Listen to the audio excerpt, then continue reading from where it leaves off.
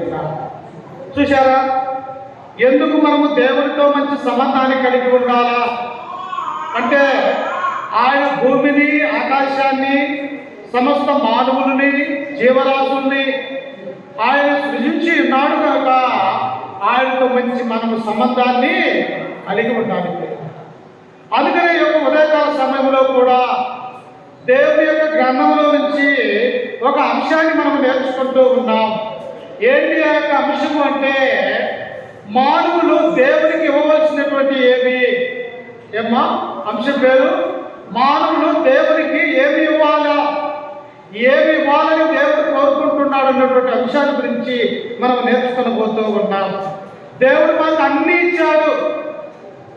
మనం నివసించడానికి భూమిని దేవుడు ఇచ్చాడు, మంచి ఆకాశాన్ని అనుగ్రహించినాడు, పగలు మనం చూడటానికి సూర్యుని దేవుడు ఇచ్చి ఉన్నాడు, రాత్రి వేళ సమయంలో మన యొక్క కన్నులకు అన్నముగా ఉండటానికి మంచి చంద్రుణ్ణి, చుక్కలను అనుగ్రహించినాడు. మనము బ్రతకటానికి వర్షాన్ని, ఋతుఫలమైనటువంటి ఫలాలను దేవుడు మనకు అనుగ్రహించినాడు. కానీ ఇన్ని అనుగ్రహించినటువంటి దేవుడికి మన నుంచి కూడా అడుగుతూ ఉన్నాడు. ఏంటి ఆయన అడిగేదన్నటువంటి విషయాన్ని గురించి మనం ఆలోచన చేస్తే, మొదటిగా మానవుల నుండి దేవుడు కోరుకునేది ఏమిటి అంటే, మానవుని యొక్క హృదయాన్ని దేవుడు కోరుకుంటున్నాడు. దేని కోరుకుంటున్నాడంట? మానవుని యొక్క హృదయాన్ని కావాలని దేవుడు కోరుకుంటూ ఉన్నాడు. మనకున్నటువంటి ఆస్తిని కానీ, మనకున్నటువంటి ఐశ్వర్యాన్ని కానీ, లేకపోతే ఈ లోక సంబంధమైనటువంటి యొక్క శరీర సంబంధమైన అందాన్ని కానీ దేవుడు నాకు ఇవ్వమని అడగటం లేదు. కానీ ఏమని అడుగుతూ ఉన్నాడు అంటే, నా కుమారుడా నీ యొక్క హృదయాన్ని నాకు ఇమ్ము అంటూ ఉన్నాడు. చూడండి, పరిశుద్ధ గ్రంథంలో నుంచి ఎందుకు దేవుడు హృదయాన్ని అనుగ్రహిస్తూ ఇవ్వమని అంటూ ఉన్నాడు అంటే, సామెతల గ్రంథము 23వ అధ్యాయము 26వ వచనాన్ని మనం చదువుకుంటూ ఈ యొక్క వాక్య భాగాన్ని మనం కొనసాగించుకుందాం. చూడండి, సామెతల గ్రంథం 23వ అధ్యాయము 26వ వచనాన్ని మనం చదువుకుందాం. నా కుమారుడా నీ హృదయమును నాకిమ్ము, నా మార్గములు నీ కన్నులకు ఇంపుగా నుండనిమ్ము. ఏమడుగుతున్నాడు దేవుడు మనల్ని? నా కుమారుడా, నా కుమార్తె, ఈ లోకములో పాపం ఉన్నది కనుక, సాతాను వాడు ఉన్నాడు కనుక, వారి నీ యొక్క హృదయంలో ఎక్కడ నీ హృదయాన్ని అల్లకల్లోలము చేస్తాడో కనుక, నీవు వారి యొక్క ఆలోచనలో ఉంటావు కనుక, నా కుమారుడా, నా కుమార్తె, నీ హృదయాన్ని నాకు ఇవ్వమంటూ ఉన్నాడు. ఎందుకు దేవుడు ఏదైనా అడగవచ్చు, కానీ ఎందుకు మానవుని యొక్క హృదయాన్ని కావాలని ఆయన అడుగుతూ ఉన్నాడు అంటే, ఇర్మియా గ్రంథకర్త మనకు తెలియపరుస్తూ ఉన్నాడు. ఎందుకు అంటే, ఇర్మియా గ్రంథము 17వ అధ్యాయము 9వ వచనములో మనము చదువుకుంటే, హృదయము అన్నిటికంటే మోసకరమైనది, అది బహు ఘోరమైన వ్యాధి. ఎక్కడ ఉంటుంది వ్యాధికి? మనిషికి ఈ శరీరంలో ఉంటుంది. ఒక జ్వరం రావాలన్నా, ఒక జబ్బు రావాలన్నా, లేకపోతే ఒక మనిషికి కాలికి గాయం కావాలన్నా, చేతికి గాయం కావాలన్నా, ఈ శరీరానికి సంబంధించినటువంటి ఏదైనా జబ్బు వస్తూ ఉన్నది. కానీ ఈ శరీరానికి మరి దేవుడు కోరుకోవట్లేదు. అందుకనే ఏమంటున్నాడు? హృదయము అన్నిటికంటే మోసకరమైనది, అది బహు ఘోరమైన వ్యాధి కలది. చూసారా, హృదయంలో ఉన్నటువంటి ఆ వ్యాధి కావచ్చు. ఏంటి ఆ యొక్క వ్యాధి? గలతీయులకు రాసినటువంటి పత్రిక 5వ అధ్యాయము 19వ వచనంలో మనం చదువుకుంటే అక్కడ ఉన్నాయి. మనుష్యుని యొక్క హృదయ ఆలోచనలు అన్నీ కూడా అక్కడ ఉన్నాయి. ప్రియులారా, ఏంటి ఆ యొక్క వ్యాధి అంటే, అసూయ, క్రోధము, కుట్ర, పాపము, వ్యభిచారము, అభిచారములు, విగ్రహారాధన, ఇలాంటి అన్నీ కూడా ఎక్కడ ఉంటాయంటే మానవుని యొక్క హృదయములో ఉంటాయి. అందుకనే దేవుడు అంటూ ఉన్నాడు, ఇర్మియా ప్రవక్త దేవుడితో మాట్లాడుతూ ఉన్నాడు, హృదయము అన్నిటికంటే మోసకరమైనది, నిన్ను నన్ను అని మోసం చేయగలదు. మన యొక్క హృదయానుసారంగా మనము నడుచుకున్నట్లయితే మనము సాతాను యొక్క ఆలోచన ప్రకారము వెళ్తాము అని చెప్పేసి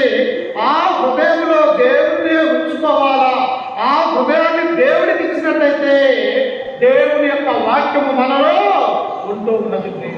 చూశారా, దేవుడు దేన్ని కోరుకుంటున్నాడు మానవుల నుంచి? నా కుమారుడా నీ యొక్క హృదయాన్ని నాకు ఇవ్వమంటూ ఉన్నాడు. అందుకే భక్తులైనటువంటి అనేక మంది కూడా మానవుని యొక్క హృదయ ఆలోచనలు కూడా ఎల్లప్పుడూ ఎలా ఉంటాయట? చెడ్డవిగా ఉంటవి. చూడండి, ఆదికాండము 6వ అధ్యాయము మానవుని యొక్క హృదయం ఎలా ఉంటుందో చూడండి. అక్కడ ఆదికాండము 6వ అధ్యాయము 5వ వచనాన్ని మనం చదువుకుందాం. ఆదికాండము 6వ అధ్యాయం 5వ వచనంలో, నరుల చెడుతనము భూమి మీద గొప్పదనియు వారి హృదయం యొక్క తలంపులోని ఊహయు ఎల్లప్పుడూ కేవలము చెడ్డదనియు యెహోవా చూశారా, మానవుని యొక్క హృదయం ఎలాంటిదంట? ఆ కింద వచ్చిన లాంటిది. వారి బాల్యంలో నుండే మానవుని యొక్క హృదయం అనేది చెడ్డది. చెడ్డది కాదమ్మా, చెడ్డదే. ఎందుకంటే ఒకసారి ఉన్నటువంటి ఆలోచన మరొకసారి ఉండదు. ఒకసారి ఉన్నటువంటి దేవుడి మీద ప్రేమ మరొకసారి మనము మర్చిపోయేవారిగా ఉంటూ ఉన్నాం. దేవుడు చేసినటువంటి మేళ్లను, ఆయన చేసినటువంటి అద్భుతాలను, మన ఎడలో చూపించిన ఆయన కృప, కనికరము, వీటన్నిటినీ మానవులు మర్చిపోయి చెడ్డవారిగా మిగిలిపోతున్నట్టుగా మనం చూస్తూ ఉన్నాం. అందుకని ఇక్కడ ఏమంటూ ఉన్నాడు? నరుల చెడుతనము భూమి మీద గొప్పదనియు వారి యొక్క హృదయ ఆలోచన ఎల్లప్పుడూ కూడా కేవలము చెడ్డదనియు యెహోవా చూచి అంటూ ఉన్నాడు. దేవుడు చూస్తూ ఉన్నాడా? నువ్వేం చేస్తున్నావో చూస్తున్నాడు. ఆదివారం దేవుని యొక్క మందిరానికి వచ్చావా? లేకపోతే నువ్వు సినిమాలకు వెళ్ళావా? లేకపోతే మందిరానికి రాకుండా నీ ఇంటిలోనే కూర్చున్నావా? ఏం చేస్తున్నావో పరలోకమున్నటువంటి దేవుడు నిన్ను నన్ను చూసేవాడిగా ఉంటూ ఉన్నాడు ప్రియులారా.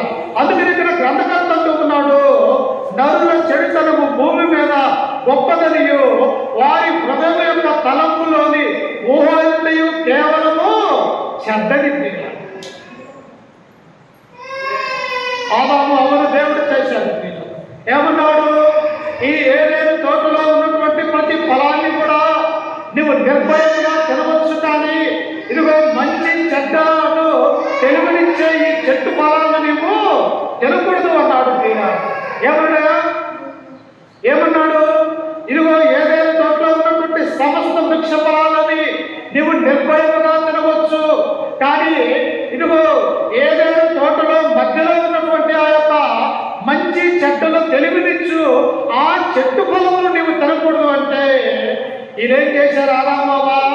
దేవుడు ఏదైతే తినొద్దన్నాడో, దేవుడు ఏదైతే ముట్టుకోవద్దన్నాడో అదే నాకు కావాలని సాతాను యొక్క మాటలు ఉన్నటువంటి హవ్వ ఆ తర్వాత తన భర్త అయినటువంటి ఆదామును కూడా తినిపించి వారి యొక్క హృదయం అంతా కూడా దేవుడు చెడ్డ ఆలోచన కలిగినట్టుగా మనం చూస్తూ ఉన్నాం. అందుకనే దేవుడు అంటూ ఉన్నాడు, నా కుమారుడా నీ హృదయాన్ని నాకు ఇవ్వు అంటూ.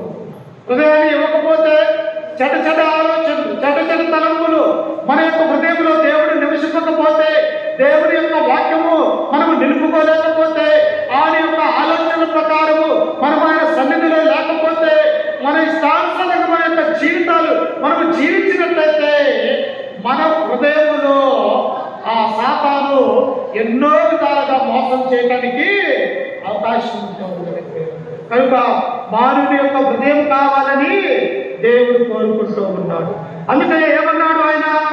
ప్రసంగి గ్రంథము 9వ అధ్యాయం 3వ వచనంలో మనము చదువుకుంటే అక్కడ ఒక మహా జ్ఞాని అయినటువంటి సొలొమోను మనకు తెలియపరుస్తూ ఉన్నాడు. చూడండి, ప్రసంగి గ్రంథము 9వ అధ్యాయము 3వ వచనాన్ని మనం చదువుకుందాం.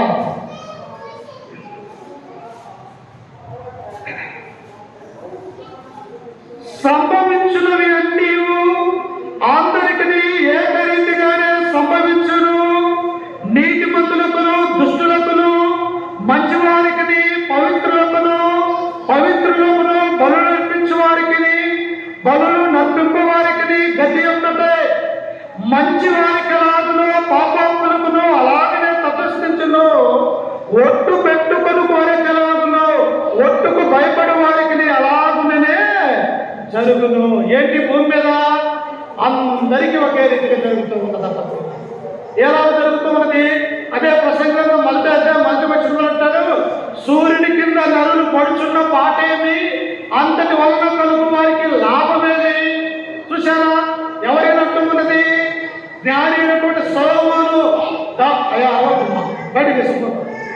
జ్ఞాని అయినటువంటి సొలొమోను ఈయన ఎలాంటి వాడో తెలుసా? ఇశ్రాయేలు యొక్క ప్రజలు 40 సంవత్సరాలు పరిపాలించి ఈయన 1005 కీర్తనలు, సామెతలు అనేకమైనటువంటి రాసినటువంటి ఈయన అందరికీ ఒకే విధంగా జరుగుతూ ఉన్నది కదా అని ఇక్కడ మనకు తెలియపరుస్తూ ఉన్నాం. అందుకనే మనం ఏం చేయాలా?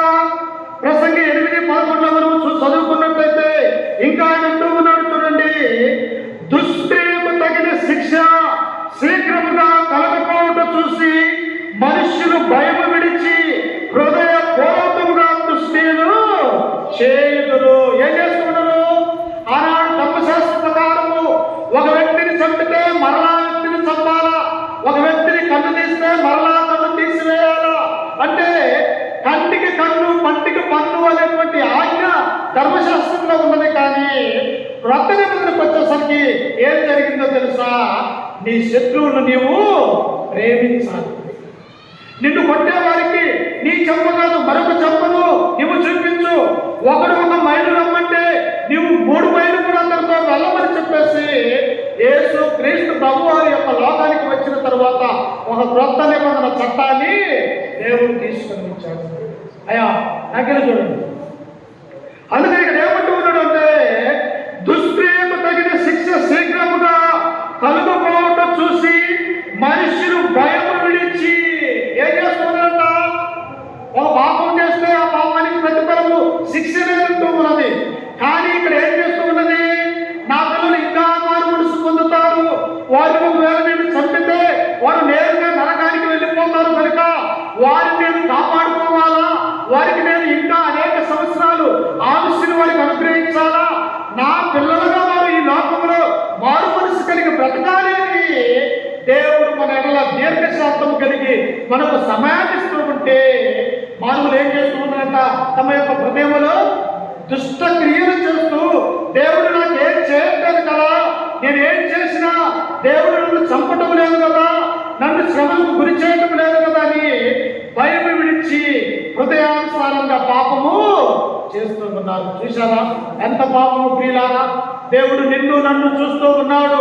నా యొక్క కుమారుడు నా యొక్క కుమార్తెలు ఏం చేస్తూ ఉన్నారు? పాపము పనులు చేస్తూ ఉన్నారా? నీతి కలిగినటువంటి కార్యాలు చేస్తూ ఉన్నారా? లేకపోతే వ్యభిచారం చేస్తూ ఉన్నారా? లేకపోతే మంచి పనులు చేస్తూ ఉన్నారా? లేకపోతే విగ్రహారాధన చేస్తూ ఉన్నారా?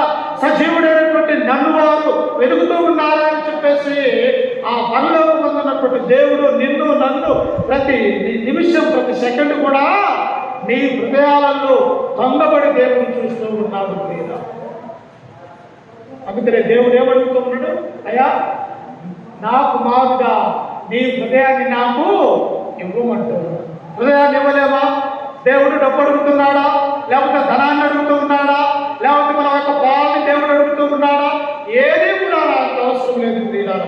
ఎందుకంటే ఆయన మనకు అన్ని ఇచ్చి ఉన్నాడు కనుక మనలో ఉన్నటువంటి మన మనస్సు మన యొక్క హృదయము దేవుడికి సమర్పించాలని దేవుడు కోరుకుంటూ ఉన్నట్టుగా మనం చూస్తూ ఉన్నాం. అందుకనే చూడండి, మత్తయి సువార్త 12:13 మనం చదువుకుంటే ఈ హృదయాన్ని గురించి ప్రభు అయినటువంటి యేసుక్రీస్తు వారు స్వయంగా ఆయన మాటలు చెబుతూ ఉన్నాడు. చూడండి నాతో పాటు మత్తయి సువార్త 12:13 మనం చదువుకుందాం. ఆ 15 తప్పు రాశారు. 15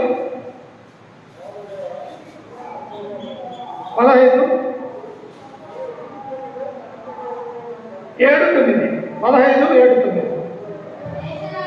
వేషధారులారా ఈ ప్రజలు తమ పెదవులతో నన్ను గనపరచుదురు గాని వారి హృదయము నాకు దూరముగా. ఎవడుతూ ఉన్నాడు? యేసుక్రీస్తు వారి యొక్క లోకానికి వచ్చినప్పుడు 33 సంవత్సరాలు నీవు నేను ఎలాగైతే ఈ యొక్క శరీరాన్ని ధరించుకొని ఈ లోకంలో మనం బ్రతుకుతూ ఉన్నాము. అలాగనే కన్యకైనటువంటి మరియ గర్భాన ఉద్భవించినటువంటి యేసుక్రీస్తు వారు కూడా 33 సంవత్సరాలు ఈ లోకంలో ఉన్న ఆయన అనేకమైనటువంటి ఆయన పరలోక రాజ్య మర్మాలు ప్రజలకు బోధిస్తూ ఆయన అంటున్నటువంటి మాటలు ఏమిటో తెలుసా? ఈ ప్రజలు తమ పెదవులతో నన్ను గణపరుచుతురు కానీ వారి హృదయం నాకు దూరముగా ఉన్నదంట. ప్రియులు, ఎంత దూరంగా ఉన్నది? దేవుడు నా కుమారుడా, నా కుమార్తె నా దగ్గరికి రమ్మని వ్యక్తి నన్ను నా దేవుడు ఏమంటున్నాడు? నా కుమారుడు, నా యొక్క కుమార్తె మీరు నా దగ్గర ఉండాలా, నా యొక్క మాటలు వినాలా, నా ఆలోచన ప్రకారం మీరు జీవించాలా అని దేవుడు మనల్ని పిలుస్తూ ఉంటే మనం ఏం చేస్తూ ఉన్నాము?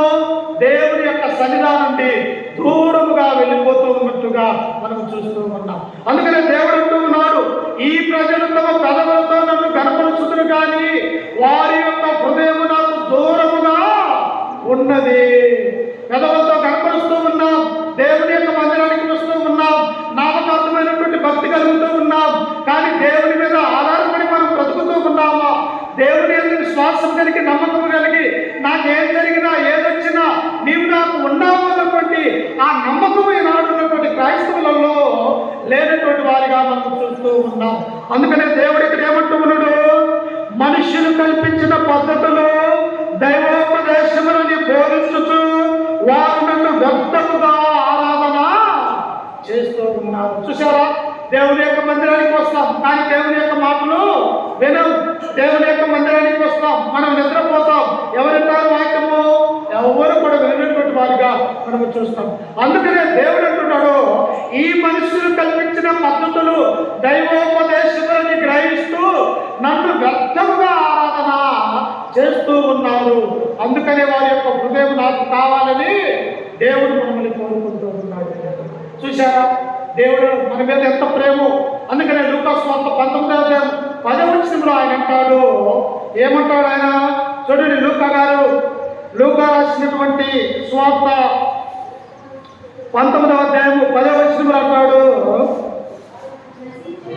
నశించిన దానిని వెదకి రక్షించుటకు మనుష్య కుమారుడు ఈ లోకములోనికి వచ్చినని ఎంతో చెప్పాడు. ఎందుకు యేసుక్రీస్తు ఇక్కడికి వచ్చాడా? ఎందుకు యేసుక్రీస్తు పరలోకంలో ఉన్న సింహాసనాన్ని వదిలివేసి ఒక మానవులుగా, పాపులుగా ఉన్నటువంటి మన కొరకు ఈ భూలోకానికి ఆయన వచ్చాడు అంటే, నా పిల్లలు నశించిపోతూ ఉన్నారు, నా సహోదరి సహోదరులను నశించిపోతూ ఉన్నారు, వారు అగ్నిగుండంలోనికి వెళ్ళిపోతారు, నేను కాపాడుకోవాలా, నా యొక్క స్వరక్తాన్ని ఇచ్చి నా పరిశుద్ధమైనటువంటి రక్తాన్ని వారి వరకు దారిపోసి వారిని తండ్రికి కుమారులుగా, కుమార్తెలుగా చేయాలని ఉద్దేశాన్ని కలిగిన యేసుక్రీస్తు వారు ఈ లోకానికి వచ్చినట్టుగా మనము చూస్తూ ఉన్నాం. అందుకని ఇక్కడ ఏమంటూ ఉన్నాడు? నశించిన దానిని వెనక్కి రక్షించుటకు మనిషి కుమారుడు ఈ లోకంలోనికి వచ్చాడు. యేసుక్రీస్తు రాకపోతే ఈ లోకంలో నశించిపోయేవారు. యేసుక్రీస్తు రాకపోతే మనకు రక్షణ అనేది లేదు. యేసుక్రీస్తు రాకపోతే ఆ దేవుని యొక్క గొప్పతనాన్ని తెలిపేవారు మనకు లేరు. యేసుక్రీస్తే ఈ భూలోకంలోనికి రాకపోతే మానవాళి మనగడేది లేకుండా పోయేదన్నటువంటి విషయాన్ని మనము చూసుకోవాలి. అందుకని యేసుక్రీస్తు వారు నా ఆత్మను కాపాడటానికి, నిన్ను నన్ను రక్షించి ఆ పరలోక రాజ్యాన్ని ఇవ్వడానికి క్రీస్తు ప్రభు యొక్క లోకానికి వచ్చి ఉన్నాడు అన్నటువంటి విషయాన్ని మనము గ్రహించాలి. కనుక మనం ఏం చేయాలంట? మన యొక్క హృదయాన్ని మనము బ్రతికొండగానే దేవునికి సమర్పించాలి. ఇస్తూ ఉన్నాము మన మనస్సు, మన యొక్క హృదయం దేవునికి ఇవ్వగలిగితే, దేవుడు మన హృదయంలో, మన యొక్క మనస్సులో ఉంటే పాపం మాటలు వస్తాయా? పాపం ఆలోచన ఉంటూ ఉన్నదా? మన యొక్క క్రీస్తుకు మాదిరిగా మనము జీవించడానికి అవకాశం ఉంటున్నట్టుగా మనం చూస్తూ ఉన్నాం. అందుకనే మానవులు దేవునికి ఏమి ఇవ్వాలని దేవుడు కోరుకుంటున్నాడంటే, ఒకటి మన యొక్క హృదయాన్ని దేవుడు కోరుకుంటున్నాడు అన్నటువంటి విషయాన్ని మనం ఇక్కడ చూస్తూ ఉన్నాం. రెండవదిగా మనం గమనించినట్లయితే దేవుడు మన నుండి ఏం కోరుకుంటూ ఉన్నాడంట? సమయాన్ని. నా కుమారుడు నాకు సమయాన్ని కేటాయించాలా, నా యొక్క మందిరంలో ఎక్కువ కాలం ఉండాలా, ఎక్కువ గంటలు నా యొక్క వాక్యం వినాలా. కాబట్టి మానవుల నుంచి దేవుడు ఏం కోరుకుంటున్నట? నీ సమయాన్ని నాకు ఇవ్వమని దేవుడు కోరుకుంటున్నాడు. ఎందుకు దేవుడికి సమయాన్ని మనం ఇవ్వాలా? ఎఫెసీయులకు రాసినటువంటి పత్రిక 5:17 అంటాడు అపోస్తలుడైన పౌలు ఎఫెసీయులో ఉన్నటువంటి సంఘానికి తెలియపరుస్తూ, దినములు చెడ్డవి కనుక. ఎందుకు? ఏ దినాన ఏం జరుగుతూ ఉన్నదో, ఎవరెక్కడ చనిపోతూ ఉన్నారో, యాక్సిడెంట్ల ద్వారా, అనారోగ్యం ద్వారా, జబ్బుల ద్వారా, ఒకరికొకరు హత్యలు చేసుకోవడం ద్వారా, యుద్ధాల ద్వారా ఏ దినము ఈ ప్రపంచంలో ఏది సంభవిస్తుందో తెలియనటువంటి వారిగా మనం ఉన్నాము కనుక, దినములు చెడ్డవి కనుక మీరు సమయమును పోనీయక. చూసారా, ఈ సమయం పోతుంది. మరలా మనం ఆదివారం రావాలంటే ఎన్ని రోజులు అవసరమైనవి, ఎన్ని గంటలు మనం నిరీక్షించాలా? అదే సమయంలో దేవుని యొక్క మందిరంలో ఉంటే ఆయన తన పరలోక రాజ్యంలో నా బిడ్డలు నా యొక్క మందిరంలో ఉండి నా వాక్యం విన్నారు అని ఆ పరిశుద్ధుల యొక్క సావాసంలో మనము అక్కడ చేర్చబడతామన్నటువంటి విషయాన్ని మనం గమనించుకోవాలి. అందుకనే ఏమంటున్నాడు? దినములు చెడ్డవి కనుక మీరు సమయమును పోనీయక సద్వినియోగం చేసుకొనొచ్చు, అజ్ఞానుల వలె కాక జ్ఞానుల వలె. ఎవరెవరుగా దేవుని నమ్ముకున్నటువంటి బిడ్డలమైతే, దేవుని యొక్క కుమారులుగా కుమార్తెలుగా ఆయన యొక్క సంఘములో శరీరం అనే అవయవులుగా మనం ఉన్నట్లయితే మనము జ్ఞానముగా నడుచుకునే వారిగా ఈ లోకంలో ఉండాలి. ప్రియులారా, జ్ఞానం లేకపోతే దుష్ట హృదయం ఉంటుంది. జ్ఞానం లేకపోతే తల్లిదండ్రులు మనము గౌరవించము, పెద్దలు మనము గౌరవించము, దేవుని దగ్గరకు రాలేము. జ్ఞానం లేకపోతే ఏమైపోతుందో తెలుసా? మూర్ఖులుగా తయారైతామన్నటువంటి విషయాన్ని మనం గుర్తుంచుకోవాలి ప్రియులారా. అందుకనే దేవుడు రెండవదిగా మనం ఏమడుగుతూ ఉన్నాడు? నీ సమయాన్ని నాకు ఇవ్వమని అడుగుతూ ఉన్నాడు. అందుకనే చూడండి, పరిశుద్ధ గ్రంథములో అపోస్తల కార్యములు 1వ అధ్యాయము 6-7 వచనాలు మనము చదువుకుందాం. అపోస్తల కార్యములు 1వ అధ్యాయము. కాబట్టి వారు కూడి వచ్చినప్పుడు, ప్రభువా, ఈ కాలమందు ఇశ్రాయేలుకు రాజ్యమును మరలా అనుగ్రహించుతామని ఆయన అడగగా, ఆయన కాలములను సమయములను తండ్రి తన స్వాధీనమందుకొని ఉన్నాడు, వాటిని తెలుసుకున్నట్టుకు మీ పని. ఒక్కొక్కరు ప్రార్థన రమ్మంటే ఏమంటారో తెలుసా? వచ్చేవారు వస్తాంలే, లేకపోతే ఇప్పుడు ఎవరి కాలంలో వచ్చి అది జరగబోయే సంవత్సరాలు అన్నీ ఉన్నాయి కదా, ఎంజాయ్ చేయాల్సినటువంటి వయసులో దేవుని యొక్క సన్నిధానానికి వచ్చి ఎలా ఉండాలా అని కొంతమంది అనుకుంటూ ఉంటారు.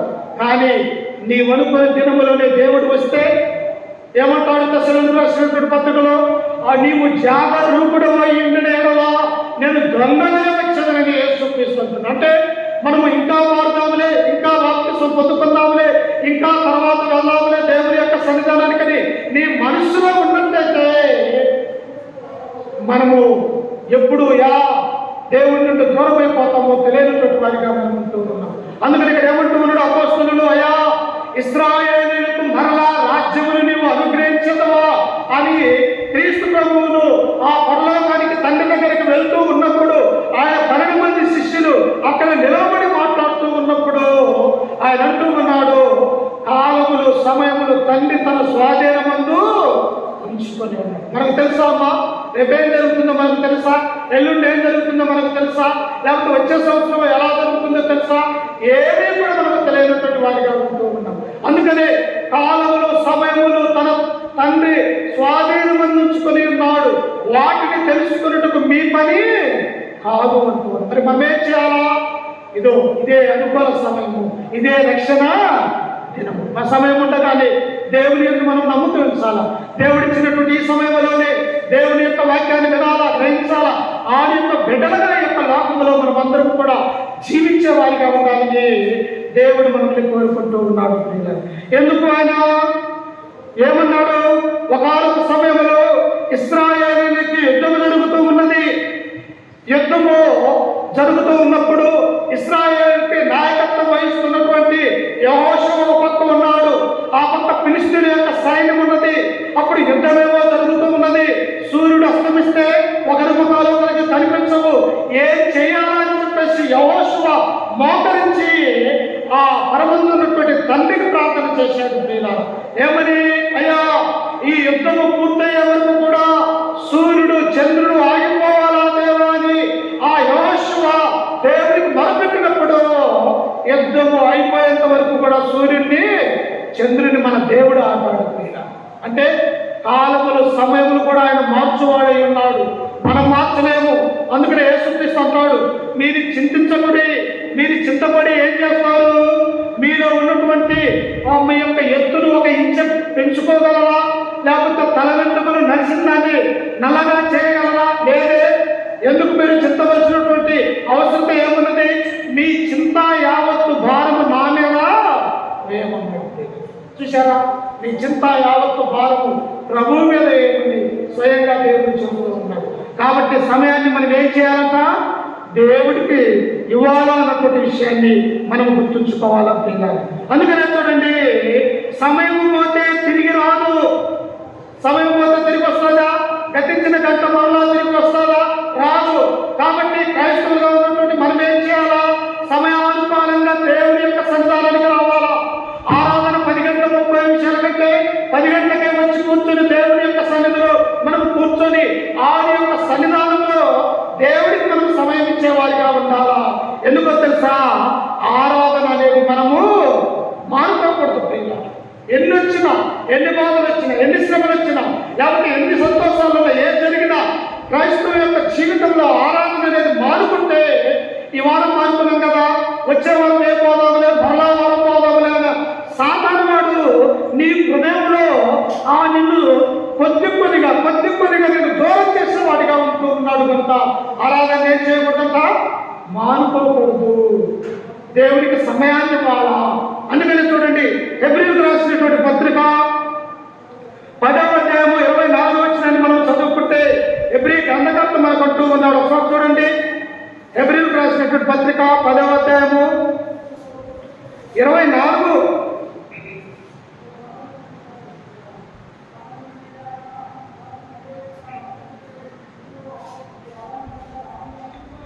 కొందరు మారుపడుచున్నట్టుగా, ఎప్పుడంట? దేవుడు అంటూ ఉన్నాడు, కొందరు మారుకుంటూ ఉన్నారు. ఏ సమయానికి?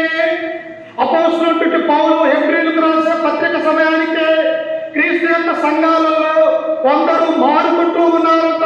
ఎక్కడికి వెళ్ళకుండా, ఆదివారానికి ఆరాధనకు రాకుండా, దేవుని యొక్క సన్నిధానంలో జీవించకుండా కొందరు మారుపడుచున్నట్టుగా. ఎలా ఉన్నారట? చదువుమా.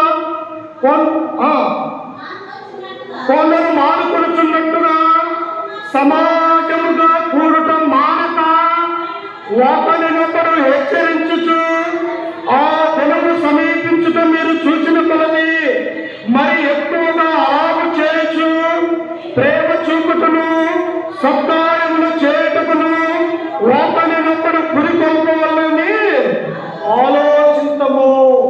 నీ పక్కన ఉన్నటువంటి స్త్రీ రావటం లేదు, నీవేం చేయాలా? మా సమయం 10:30 అవుతూ ఉన్నది, మనము దేవుని యొక్క మందిరానికి వెళ్ళాలని నీవు ఇతరులు సహోదరులు ఏం చేయాలా? పురికొల్పాలా. వివాహానికి వెళ్ళాలంటే ఏం చేస్తారు? అయ్యా అందరూ రండి అని చెప్పేసి మనము అందరినీ పిలుచుకుని ఉంటాం. మరి మందిరానికి వెళ్ళాలంటే మన పక్కన ఉన్నటువంటి వారికి చెప్పాలా, మన బంధువులకు చెప్పాలా, మన రక్త సంబంధికులకు చెప్పాలా? అయ్యా ఈరోజు ఆదివారము మనం మానుకోకూడదు, దేవుని యొక్క సన్నిధానంలో ఉండాలా, ఆయన యొక్క మాటలు వినాలా, సువార్తికుడు ఏం బోధిస్తాడో ఆ మాటలు మన యొక్క హృదయంలో భద్రపరచుకోవాలా. కనుక మనం మానుకోకూడదు దేవుని యొక్క మందిరానికి పోవటం అని మనం ఆలోచన చేయాలి.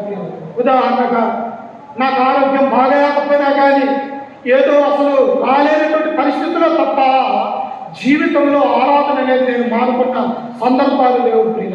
1 గంటలో దేవుని యొక్క సన్నిధిలో కూర్చొని ఆయన ఆరాధించుకున్నటువంటి ఆ విషయాలే ఉన్నవి, కానీ ఈ ఆదివారం మానుకుందాములే అన్నటువంటి విషయాలు ఇప్పటికీ కూడా లేవన్నటువంటి విషయాన్ని మనం చూస్తాము. అందుకని ఏం చేయాలంట? కొందరు మానుకొనుచున్నట్టుగా సమాజముగా కూడటం మానకూడదు. మారితే ఏమవుతుంది? ఆజ్ఞ అతిక్రమమే పాపం అవుతుంది. మేలైనది చేయనిది అలాగూ చేయకుండా పాపం అని దేవుని యొక్క గ్రంథం మనకు సెలవిస్తుంది. కనుక ఆరాధన అనేది మానుకోకుండా దేవుడికి ఏమడుగుతూ ఉన్నాడు? రెండవదిగా మన సమయాన్ని ఇవ్వాలని దేవుడు కోరుకుంటూ ఉన్నాడు ప్రియులారా. కాబట్టి మనము సమయాన్ని పోలించుకోకూడదు. ఏ సమయంలో ఏం జరుగుతుందో తెలియనటువంటి వారిగా ఉంటూ ఉన్నాం. చూడండి, ప్రసంగి గ్రంథము 9:12 చదువుకొని ముగించుకుందాం. 12 గంటలుగా వస్తూ ఉన్నది. ప్రసంగి గ్రంథము 9వ అధ్యాయము 12వ వచనాన్ని మనం చదువుకుందాం.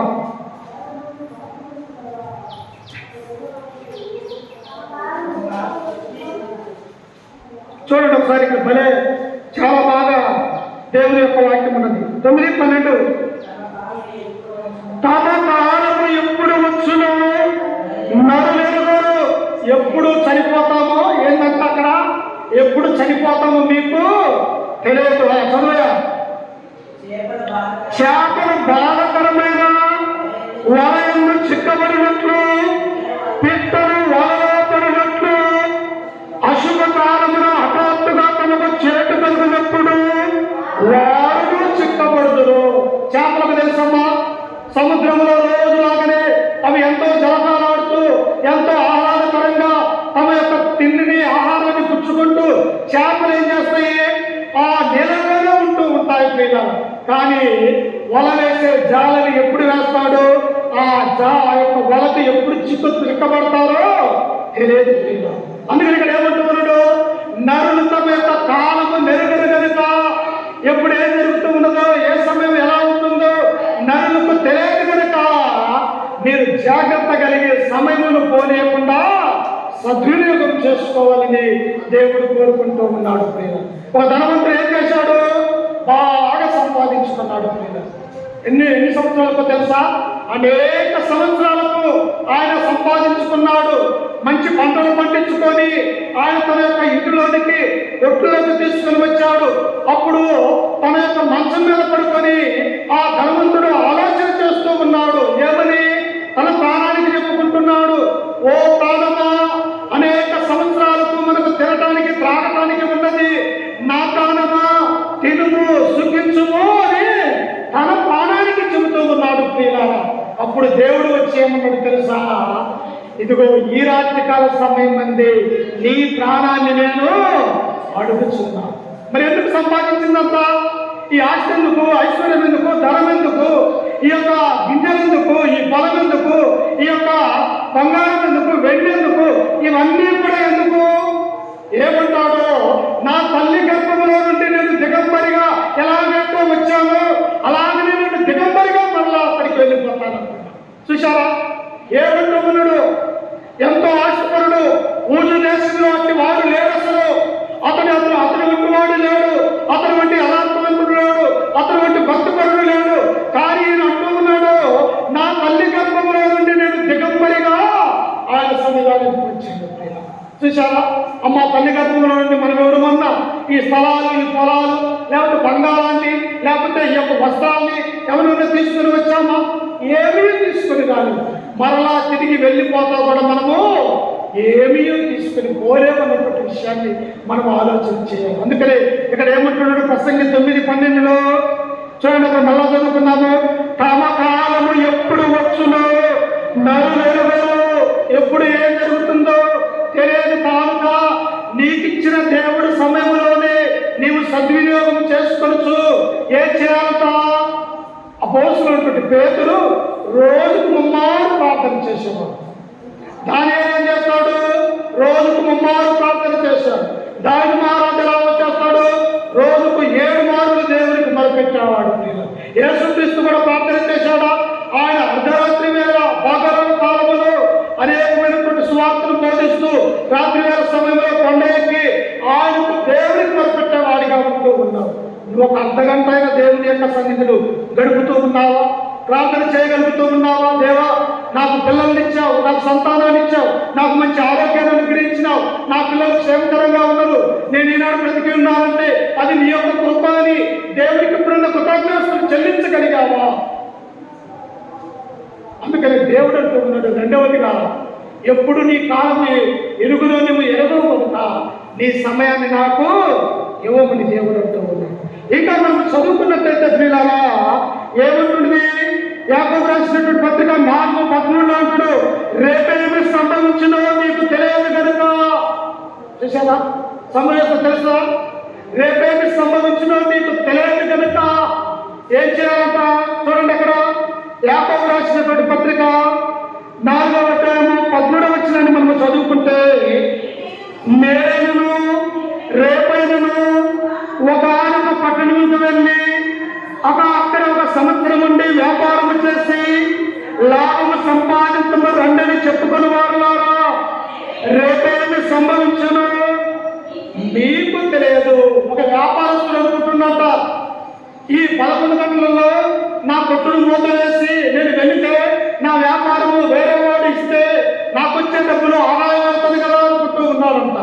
ఒక వ్యాపారస్తుడు ఏం చేస్తూ ఉన్నాడు, నేనున్నటువంటి యొక్క ఊరిని వదిలిపేసి, నేనున్నటువంటి యొక్క మందిరాన్ని వదిలివేసి ఒక సంవత్సరం పాటు వేరే దేశానికి వెళ్ళి మంచి లాభం సంపాదించుకొని వద్దాము అని చెప్పేసి ఒకడనుకుంటూ ఉన్నాడంట.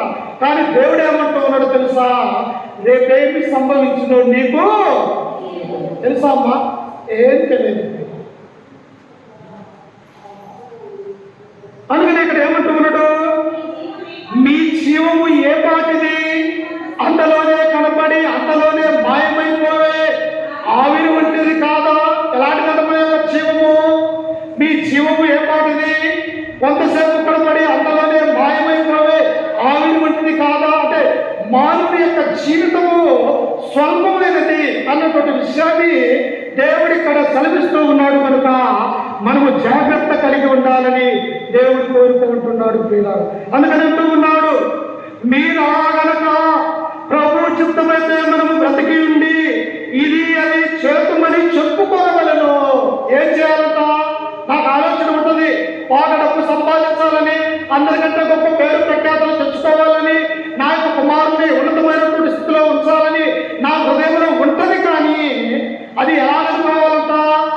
ప్రభు చిత్తమైతే ఈ పని నేను చేయగలను, ప్రభు చిత్తమైతే ఇదిగో ఈరోజు నేను ఈ గ్రామానికి వెళ్ళగలను, ప్రభు చిత్తమైతే ఇదిగో నాకు అవసరం ఉన్నది, అది దేవుడు ఇచ్చును కనుక, ప్రభు చిత్తమైతే నేను బ్రతికుంటే ఆయన యొక్క సేవ చేతులు కనుక అని అన్నిటికి ముందు మనం ఏం చేయాలంట? ప్రభు చిత్తమైతే, దేవుని చిత్తమైతే అని దేవుని యొక్క మనము వేడుకునేదానికి ఉంటాము. అందుకని దేవుడు మన నుండి ఏం కోరుకుంటున్నాడమ్మా? మొదటిగా నా కుమారుగా నీ హృదయాన్ని నాకు ఇవ్వమన్నాడు. రెండవదిగా ఏమివ్వమంటున్నాడు? నీ సమయాన్ని నాకు ఇవ్వమని అనుకుంటున్నాడు. ఇంకా చాలా అంశాలు ఉన్నాయి, కానీ చెప్పడానికి ఇది సమయం కాదు కనుక ఇప్పటి వరకు ఓపికతో మీ అందరికీ కూడా మన రక్షకుడు ప్రభు అయిన యేసుక్రీస్తు నామమున మీకు వందనాలు తెలియజేస్తూ